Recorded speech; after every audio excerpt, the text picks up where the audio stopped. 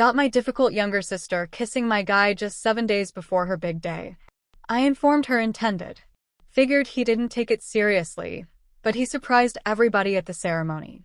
Being a 27-year-old woman, I encountered a difficult predicament involving my 25-year-old sibling and my 30-year-old partner. My sibling's nuptials were rapidly approaching, and I started noticing that her conduct around my partner was becoming progressively odd. Initially, it wasn't anything obvious, just subtle, minor acts that made me feel uneasy. It commenced with seemingly innocent remarks where my sibling would frequently comment, "Wow, you are so amusing," in response to my partner's jokes, even when they weren't particularly humorous. She giggled a bit too enthusiastically at everything he said. At first, I attempted to dismiss it, thinking that perhaps she was merely being overly cordial due to the excitement surrounding the imminent marriage celebration. However, as time went on, I began detecting more troubling indicators. She started finding excuses to brush against him casually, like resting a hand on his arm during a chat or gently bumping into him as she walked by. These motions were subtle yet unmistakable. I also observed her gaze lingering on him a little too long when he wasn't observing, which made my stomach churn with unease. One evening, after we returned home from a family meal where my sister had been especially flirtatious, I chose to speak with my partner about it. I turned to him and inquired, "Did you observe how Emily was acting tonight?" He peered at me with bewilderment and responded, "What do you mean?" I then described the behaviors I had noted: the excessive laughter, the unnecessary touching, and the prolonged glances. He listened, but after a moment, he simply shrugged and stated, "I believe you're dwelling on it too much. She's likely just excited about the wedding. It's harmless." Despite his assurances, I couldn't shake off the sensation that something was incorrect. The circumstance didn't feel harmless to me whatsoever. Despite my partner's reassurances, I couldn't dispel the feeling that something wasn't right, so I decided to keep a closer watch on matters, hoping that I was just overreacting and that my suspicions were baseless. But the subsequent few weeks were strained. Each time we were around my sibling, I found myself continuously observing her, noticing every little action she performed. It became obvious that she was always trying to position herself near my partner. She would frequently sit beside him whenever possible, and she seemed to find endless pretexts to request his assistance with wedding-related errands, even when I was standing right there. One day, we were all at my folks' place for a backyard barbecue. At one point, I went inside to use the restroom, and when I returned, I witnessed something that caused my spirits to plummet. My sibling and my partner were conversing quietly in a section of the yard, standing unusually close to one another. My sibling was giggling at something he'd said, a sound that made my stomach clench with discomfort. The instant they noticed me, they quickly stepped apart, and my sibling walked away as if nothing had occurred. I felt a wave of nausea and irritation but resolved not to confront them immediately, not wishing to cause a scene at a family gathering. Instead, I waited until we arrived home that night. When we were by ourselves, I attempted to approach the subject as calmly as I could. I asked my partner what he and my sibling had been discussing earlier. He appeared surprised by my question and explained that they were just talking about some wedding specifics, like the music selection. His reply didn't satisfy me. I couldn't help but wonder why such a simple discussion necessitated them standing so close together. He sighed, clearly exasperated, and tried to dismiss my worries. He guaranteed me once more that there was nothing happening, insisting that my sibling was simply being cordial. But by this point, I couldn't restrain my emotions any longer. I voiced my frustration, pointing out that my sibling was practically throwing herself at him, and he wasn't doing anything to stop it. My words seemed to wound him, and he looked at me with a pained expression, asking what precisely I expected him to do. He reminded me that she was my sister, and he was simply trying to be polite. Telling her to back off seemed out of the question to him. I told him that he could at least establish some boundaries, making it clear that he wasn't interested in anything beyond a friendly connection. But he insisted that he wasn't interested in her at all, claiming there was nothing to clarify because I was perceiving issues that didn't exist. Our dialogue went in circles, with neither of us willing to grasp the other's perspective, leaving us both frustrated and uncertain about what step to take next. After arguing for a while without any conclusion, it became evident that our discussion was going nowhere. My partner kept insisting that I was just imagining things, and no matter how hard I tried, I couldn't get him to comprehend what was so painfully clear to me. In the end, we both retired for the night feeling upset and exasperated, with the matter still unresolved. The following day, I realized that I needed to address my sibling directly. It was clear that evading the issue was only making matters worse, so I opted to call her and ask if we could get together for coffee. She readily agreed, her voice cheerful and seemingly unaware of my increasing concerns. We arranged to gather at a small coffee shop near her apartment. When we met, I was apprehensive, my hands trembling slightly as I stirred my coffee. My sibling, on the other hand, was in high spirits, chatting animatedly about her wedding preparations. She seemed completely oblivious to my unease, which only made the situation more difficult for me. After a few minutes of listening to her speak, I realized I couldn't keep it inside any longer. I interrupted her mid-sentence, my voice revealing the gravity of what I was about to say. I told her that we needed to discuss something significant. My sister, caught off guard by the sudden alteration in tone, looked at me with surprise and asked what was wrong. Taking a deep breath to steady myself, I commenced to explain. I told her that I had observed how she had been behaving around David, my partner, and that it was making me uncomfortable. I mentioned the flirting, the casual contact, and the prolonged stares, things that had been bothering me for some time. I stressed that her conduct needed to cease. As I spoke, I watched her face shift through a range of feelings. Initially, there was surprise, then confusion, and finally, irritation. She demanded to know what I was referring to, forcefully denying that she had been flirting with David at all. I declined to back down, insisting that she had been doing exactly that, whether she recognized it or not. I explained that her actions were not only inappropriate but were also causing me a great deal of distress. She replied with a laugh, though it was far from genuine. She told me I was being foolish, dismissing my worries by stating that David was practically family and that she was merely being friendly.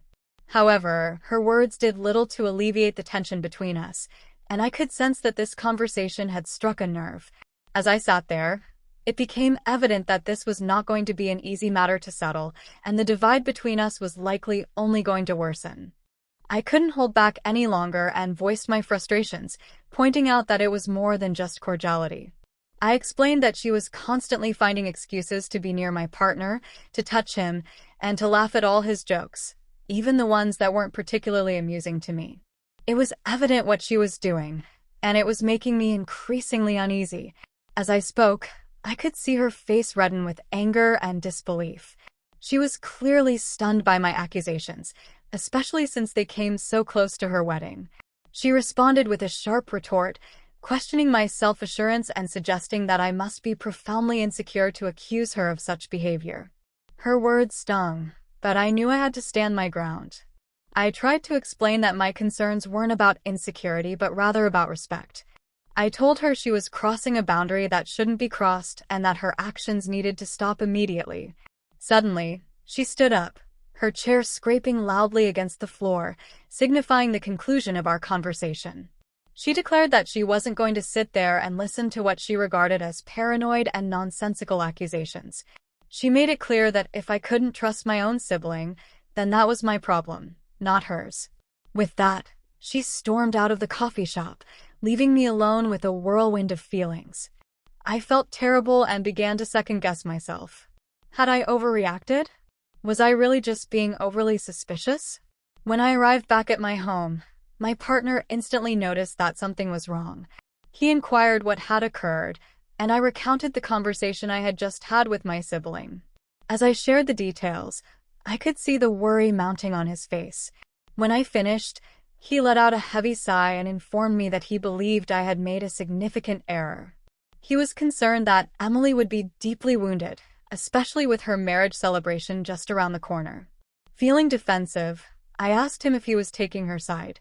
He swiftly reassured me that he wasn't taking sides, but he expressed his doubts that Emily had been flirting with him. Even if she had been, which he found improbable, he thought that confronting her in such a direct manner was not the optimal approach to handling the situation. His words left me feeling even more conflicted, unsure of whether I had done the correct thing or not. As I felt tears welling up in my eyes, I couldn't help but ask, so what was I supposed to do? Just disregard it.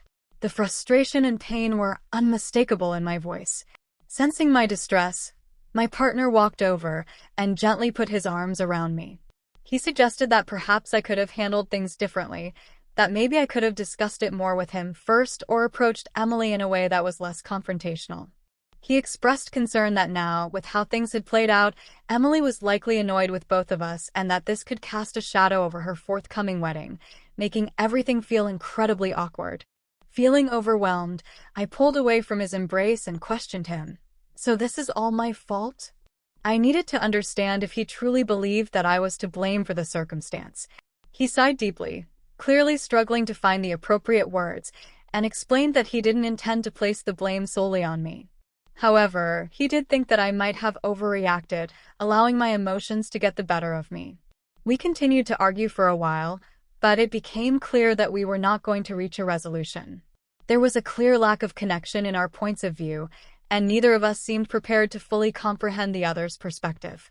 Eventually, he decided to go to bed, leaving me by myself with my swirling thoughts and uncertainties. The days that came next were filled with strain. My sibling had completely stopped speaking to me, creating a painful distance between us. My folks, having noticed Emily's distress, contacted me wanting to know why she was so upset. I tried to explain the situation to them, but I could tell from their responses that they too thought I had gone too far. As the wedding day drew nearer, I found myself increasingly unsure about what course of action to take. I was meant to be a bridesmaid, an important role that now felt more like a burden. I wasn't even certain if Emily still wanted me to be part of her big day. My partner, on the other hand, was still invited, and he suggested that we both attend to demonstrate that there were no lingering resentments. But the idea of standing there, watching my sibling walk down the aisle while knowing how angry and hurt she was, made me feel physically unwell.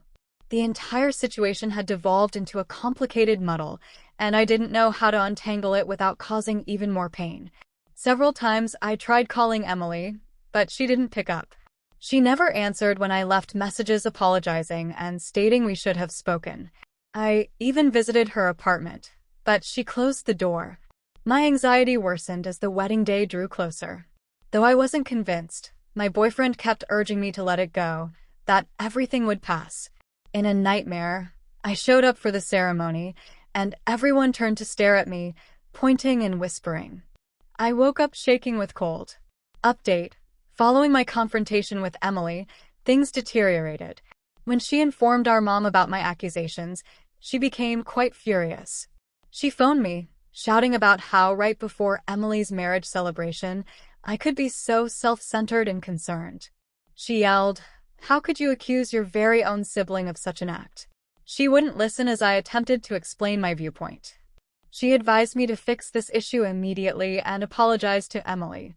The stress on our family was unbearable. Emily still avoids speaking to me, and at this moment, my folks are offended as well.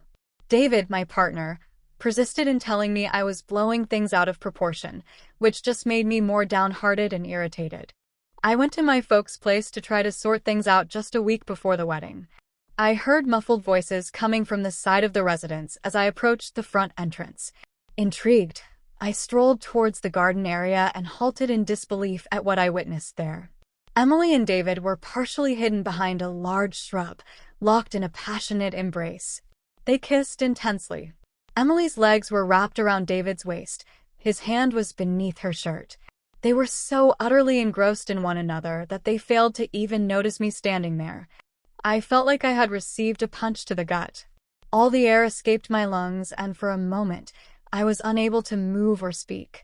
As the reality of what I was observing began to sink in, a powerful surge of anger and betrayal swept through me. My emotions overwhelmed me, and I found myself yelling, "What in the world is this?" My voice trembled, thick with the intensity of what I was feeling. The reaction from both of them was immediate.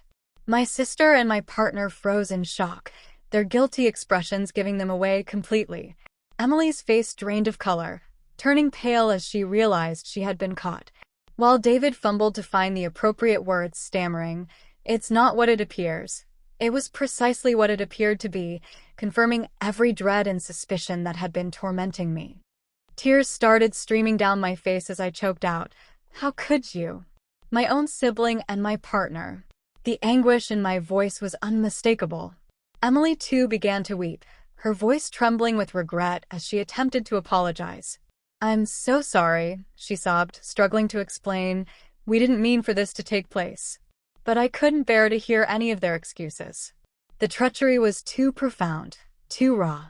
Without another word, I turned and dashed, rushing toward my vehicle. Their urgent pleas for me to come back went completely unheard. As I pulled away, my thoughts were reeling with shock and hurt. As I sped off, my mobile device began vibrating constantly. First Alex, then Chloe, and finally my mother. I couldn't bring myself to answer any of them. The hurt felt too raw, too overpowering. Upon finally reaching my place, I felt distant. I immediately packed a case with some clothes and the items I'd require for about a week. I couldn't remain here, not after what had just occurred. I sent Alex one final brief message simply stating, "This is finished. Do not attempt to contact me again." Then I switched off my device, cutting off any further connection, and departed. I'm now typing this from lodgings in a different town, unsure of my next course of action. With the ceremony only days away, I know there is no possibility I can be there. My relationship is ruined, and the connection I once shared with my sibling might be permanently damaged by this betrayal. It feels as though my whole existence has been flipped upside down. Everyone made me feel like I was irrational for suspecting something was amiss, but in the end, I was correct all along. The agony of that realization is almost unbearable, and I find myself wondering how I will ever be able to trust anyone again after this ordeal. So, folks on this online forum, any suggestions on how to proceed from here would be appreciated. Update: following the devastating shock of discovering my sibling Chloe with my now former partner Alex, I spent several days in a daze, struggling to process what had occurred. My phone was constantly buzzing with notes and unanswered rings from both of them, as well as from my mother and father, but I just couldn't bring myself to reply. I was too overwhelmed, too hurt. Eventually, though, I came to realize that David, Chloe's intended, was one individual who definitely needed to be told the truth.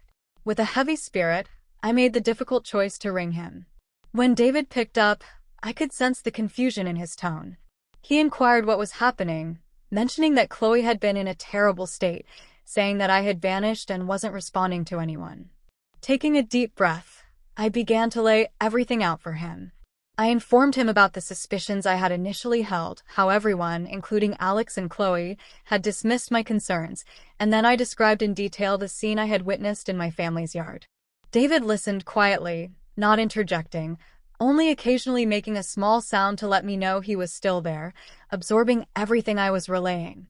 When I finally concluded, there was a long, heavy silence on the other end of the conversation.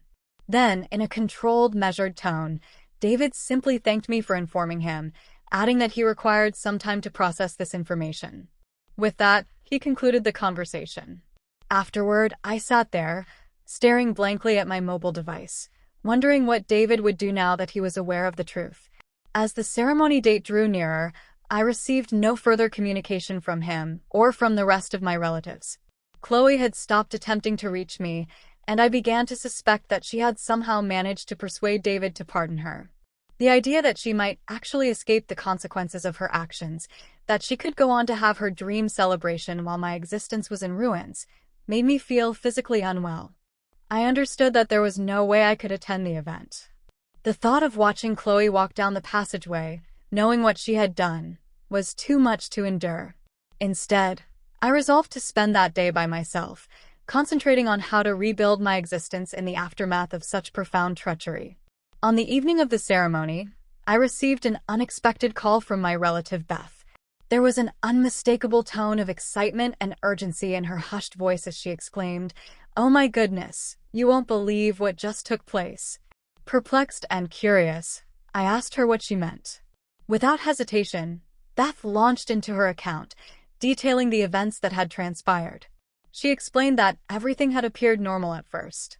Chloe had looked stunning in her ceremonial gown, and David had been standing at the front, ready for the proceedings to commence. But when it came time for the commitments, David had unexpectedly stepped forward and announced that he had something to disclose. My heart began to pound as I listened to Beth describe the scene. David, in front of everyone, declared that he could not proceed with the celebration. He told the guests that he could not marry someone who had betrayed her own sibling and ruined her existence by getting involved with her partner. Beth continued, recounting how Chloe had turned completely ashen at David's remarks. Then, to everyone's astonishment, David turned to my mother and father and offered an apology, telling them that they needed to understand the genuine reason why I had distanced myself from the household. Beth went on to say that Chloe had started weeping, my mother and father had been left stunned and bewildered, and the guests had started whispering amongst themselves in an attempt to make sense of things. David had then walked out of the building, leaving Chloe sobbing alone at the front. It was like something from a film, Beth told me, her voice still carrying a hint of disbelief. Everyone's in shock. Your folks are trying to get the full version from Chloe, but she's an emotional wreck. As I sat there, taking in everything Beth had just recounted, I felt a mix of feelings. On one hand, there was a sense of justification, knowing that the truth had finally come to light. But on the other hand, I couldn't help but feel a deep sorrow for the pain and turmoil this had brought upon my family. Beth, sensing my quietness, gently inquired, "Are you doing all right?" "I'm not certain," I replied honestly. I never wanted it to end this way. After a little more conversation with Beth, I disconnected and sat quietly, attempting to sort things out. The truth was revealed. My bond with Chloe was fractured, my partnership with Alex concluded, and now my entire family was in turmoil. I came to realize that although the reality was now clear-cut, it did not instantly fix everything. Healing and rebuilding confidence still lay a long road ahead, but I felt a slight measure of relief for the first time since this entire ordeal began. At least now I could start to move forward, free from the burden of concealed facts holding me back. Regarding what comes next, I'm not sure. While I know I will eventually have to face my relatives, right now I am taking things one day at a time. If nothing else, this situation has demonstrated to me the value of following my instinct and standing up for myself, even in the face of individuals who doubt me. To all who supported me through my journey, thank you. Your encouraging comments hold more significance than you could possibly understand. And to others in similar situations, remember, trust your gut feeling and refuse to be misled into doubting your own perceptions by anyone. Thank you for watching. If you haven't subscribed yet, please do so and hit the notification bell to stay updated with more surprising real-life stories happening around you.